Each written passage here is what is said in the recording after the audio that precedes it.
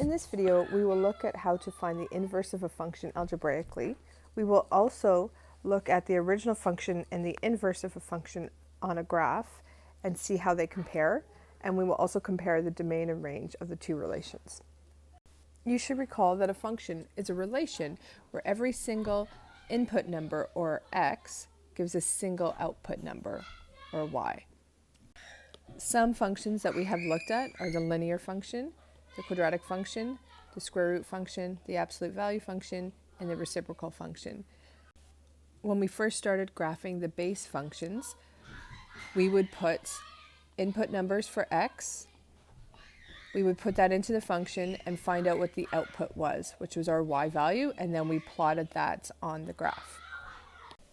In the investigation you did on the inverse of a function, you found that to find the inverse, it is obtained by reversing the roles of the input and output numbers. So graphically, if you had a point 2, -5, on the graph, the inverse would be -5, 2. The x and y roles are reversed. Let's look at how to find the inverse of a function algebraically. So we are going to do the basic parabola, y equals x squared, quadratic function. We're going to graph the function. So when x is 0, y is 0. When x is 1, y is 1. When x is 2, y is 4. When x is 3, y is 9. When x is -1, y is 1. When x is -2, y is 4. And when x is -3, y is 9. There are 3 steps to find the inverse of a function algebraically. The first step is to interchange x and y, and that is because the x and y roles are reversed. So here, instead of y equals x squared, I'm going to write x equals y squared. The second step is to solve for y. When you are isolating a variable, you follow the same methods as you would for solving an equation, a linear equation, and that requires you to do the opposite steps of BEDMAS. So we call that SAM and DEB, which is just BEDMAS backwards. So here I want to isolate for y. Nothing is being subtracted or added. Nothing is being multiplied or divided. There is an exponent, so we're going to deal with that exponent. The opposite operation of squaring is square root. So just like solving an equation, you square root the left side and the right side.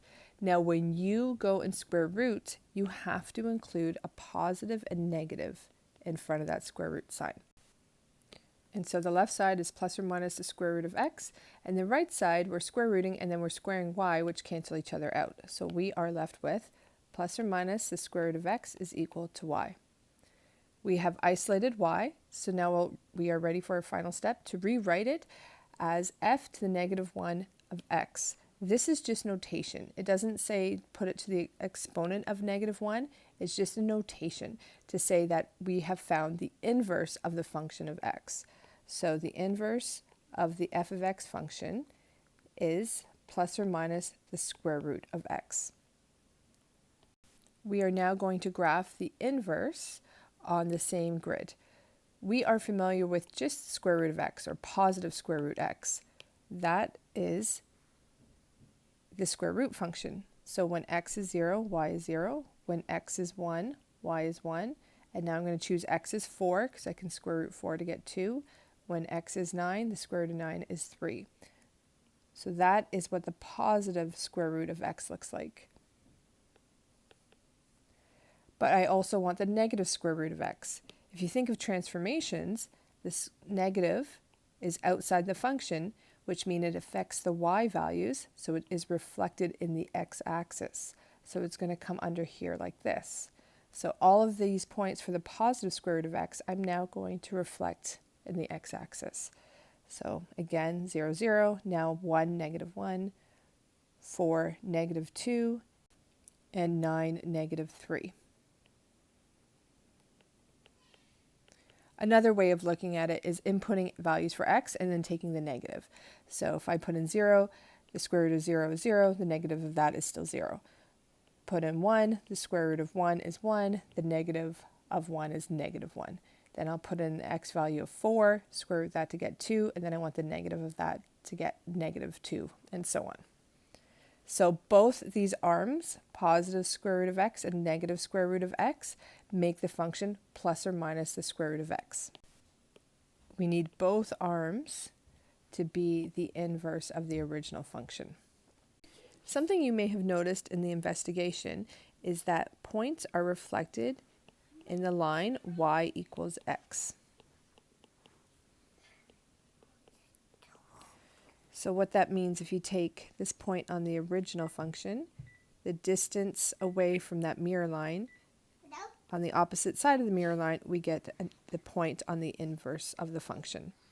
Same with up here, this point up here, go to the reflection, the y equals x line, and then if you go the same distance the other way, you get to the point on the inverse of the function. So that goes for all of the points. We can choose this point here. The coordinates are -2, 4. And then on the inverse of the function, it is 4, -2. So again, we see that the x and the y roles are reversed. Now let's compare the domain and range for each relation. So for the original function, y equals x squared, we know that the domain x can take on any real numbers. There's no restriction for x. For range, the lowest that this parabola can go is at the vertex is at 0, 0. So y must be greater than or equal to 0. So now let's look at the domain and range of the inverse of this function. So domain is left, right. So let's look here. We come down to this point at 0, 0. We cannot be on the left of that. And then we go back to the right. So that means there is a restriction on the domain. X has to be greater than or equal to 0. For the range going up and down, I come down to that point, but then I can keep going. So there is no restriction on the range. This arm continues to go up and this arm continues to go down. So because the roles of x and y are switched, the domain and range are also switched. So the original function has a domain of x is an element of all real numbers, but the inverse of that function has y as an element of all real numbers. The restriction on the domain and the range in the original function becomes the restriction on the domain in the inverse of the function. We have to be very careful not to call the inverse of the function the inverse function, because in this case, the inverse is actually not a function. If you were to graph vertical lines, it would fail the vertical line test, whereas the original function would pass it. So here, these are both relations, but only the original is a function. Y equals x squared is our function. The inverse of the function is just the relation. It is not a function. There will be examples where the inverse is a function. So it is possible to have an inverse that is a function, but it is not always the case. So the last thing I want to take note of before we move on is that the parabola has 2 arms. The inverse also had 2 arms. So we needed the positive square root of x and the negative square root of x. But you may have a question where the original function is just the square root of x, just this arm. So when you are going to find the inverse of that, you would only get half the parabola. So again, the square root function is just the top part, and that would be a function because you would not have the bottom part, so it would cross the vertical line test, and then you would just have the one arm of the parabola. So then what you would need to do is actually restrict the domain and say it's the parabola y equals x squared, but only for when x is greater than 0, only to the right of x, only this arm of the parabola. You do not want to include this arm of the parabola when you were talking about the inverse of the square root function. We are now going to look at 4 functions and determine the inverse of each. The first function is f of x equals -3/2x minus 5. Let's note that this is a linear function because the highest exponent on x is 1. To find the inverse, I need to switch x and y, but instead of using y in this equation, f of x was used. So I'm just going to remind myself that's actually in place of y. So my first step is to interchange x and y. So x equals -3/2y minus 5. Now I'm going to isolate for y using the opposite of BEDMAS, Sam and Deb. So I'm going to get rid of anything on the right side that is added or subtracted. I have minus 5, so I am going to add 5 to both sides. And when I do that, I have x plus 5 is equal to negative 3 over 2 times y. Next, we have to get rid of anything that is multiplied or divided to the y. Here we see that y is multiplied by negative 3 and divided by 2. Because really this line can be extended, so it's negative 3 times y divided by 2. We have an option, we can get rid of the negative 3 first or the 2 first. I'm going to multiply both sides by 2, but again it doesn't matter. And then I have, when I multiply the left side by 2, I have 2 bracket x plus 5 equals negative 3y. My left side, I could expand to 2x plus 10 by expanding that bracket, or you can just leave the 2 in front of the brackets. And finally, I am going to now divide by the negative 3. So when I do that, I have 2 times x plus 5 and the whole thing divided by negative 3. We usually don't have denominators that are negative, so I'm just going to move that negative to the numerator, as long as somewhere in that fraction there is a negative. And now that we have isolated for y, the last step is to rewrite the equation using the inverse function notation. So f to the negative 1 of x, so the inverse function of x, is equal to negative 2 over 3 times x plus 5. Note that my final answer is just in a different form than the line above. Either form is fine. You could leave it as what I had here, negative 2 times x plus 5 divided by 3, but it is equivalent to negative 2 over 3 times x plus 5. Either way is fine, but you need to recognize that they mean the same thing because the answers in the textbook might be written in this final way. And we can see that the highest exponent on x is again 1, meaning that the inverse is also linear. All lines, with the exception of a vertical line, will pass the vertical line test, meaning that it would be a function. So here we see an example where we have the original function, we find the inverse of that function, and that turns out to be a function as well. In example B, we have f of x equals 3x squared plus 7. The squared on the x tells us that this is a quadratic function. And a is positive, so it would open up. So to find the inverse, again, we need to interchange x and y. So that will become x equals 3y squared plus 7. I need to get rid of anything added or subtracted, so I have this plus 7, so I'm going to take that away from both sides. And I'm left with x minus 7 on the left side, 3y squared on the right side. Next, we will get rid of anything that is multiplied or divided to the y. So here we have 3, so we will divide both sides by 3. So that's x minus 7 divided by 3 is equal to y squared. And finally, we will deal with the exponent of 2 by square rooting both sides. Again, when we square root, we will have to add the plus or minus in front of the square root symbol. So y is equal to plus or minus the square root of x minus 7 divided by 3. So you do need the plus or minus in front of the square root.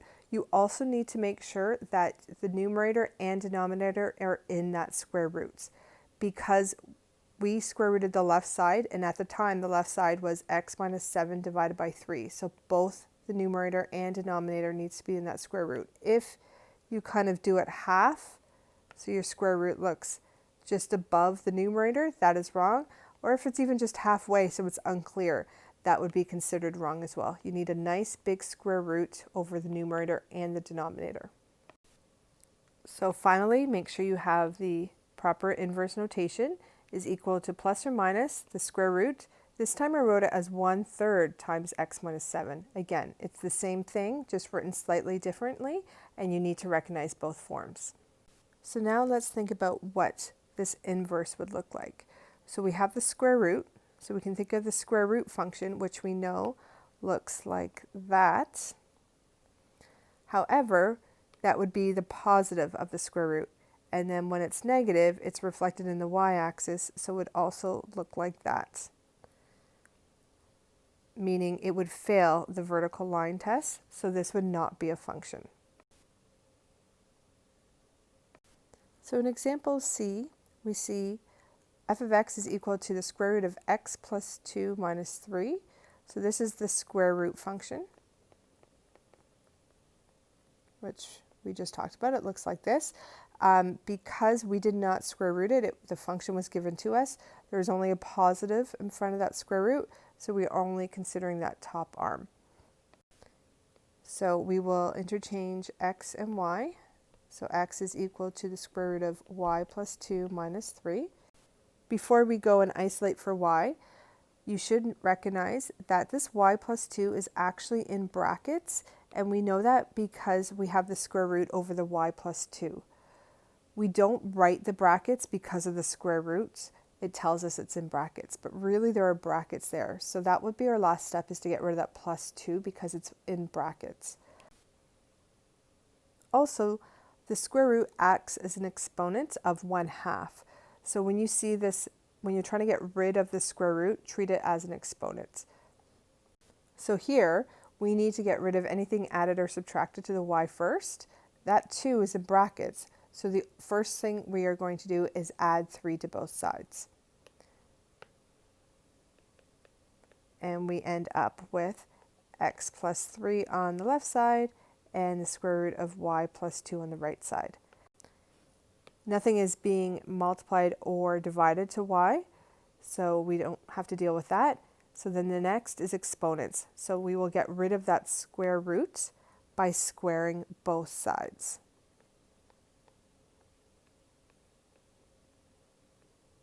So we end up with x plus 3 on the left side, and on the right side is just y plus 2, because the square root and the squared cancel each other out.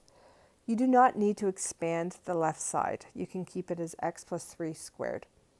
And now the y plus 2 are out of the brackets, so we are going to deal with the 2 now that we've dealt with the brackets. So we are simply just going to subtract 2 from both sides. So we get x plus 3 squared minus 2 is equal to y. And finally, make sure to state your final answer using the inverse of a function notation.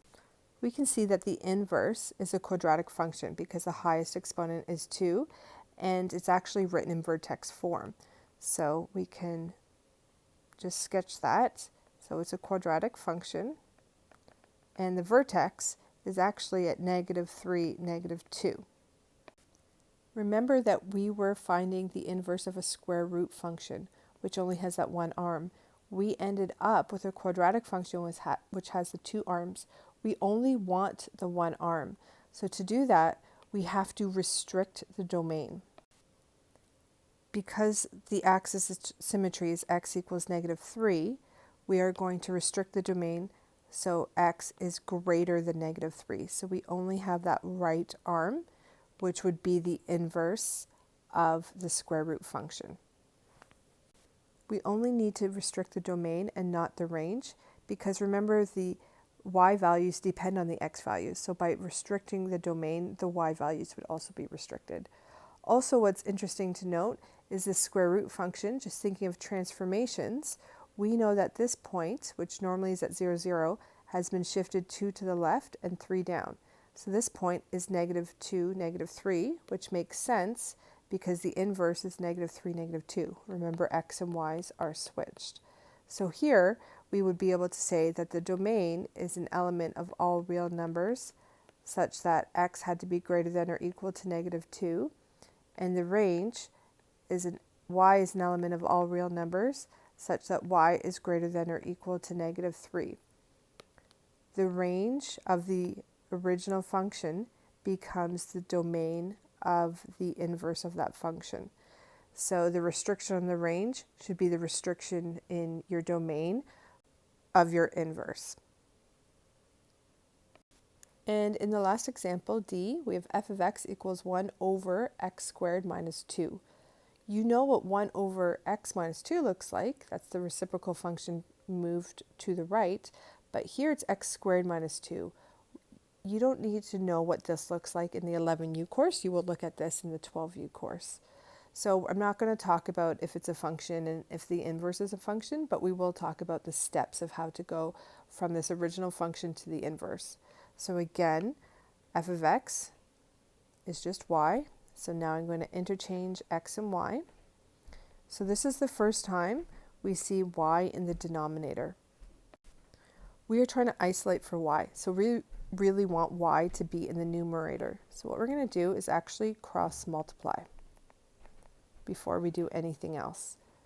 So I'm going to write the left side as a fraction, and then I'm going to multiply the x to the y squared minus 2. Because I'm multiplying by two terms, that needs to go in brackets. And then I set that equal to the other cross multiplying, 1 times 1. So this still doesn't look easy, but we do have y in the numerator, which is a lot better than having y in the denominator. So now I look at anything that is being added or subtracted to y. I see this minus 2, but it is inside the brackets. I'm looking for something outside of the brackets. So I don't have anything. So then I look at multiplying and dividing. X is being multiplied to the brackets. So I'm going to get rid of that x.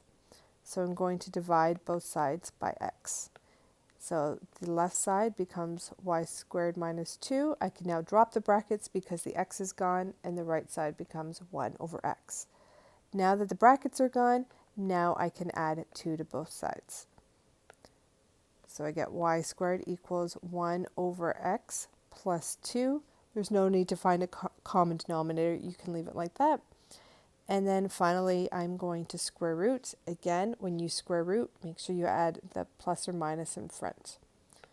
So I end up with y equals the square root, plus or minus, 1 over x plus 2. And finally, just make sure you use the proper notation to express that you found the inverse of the function.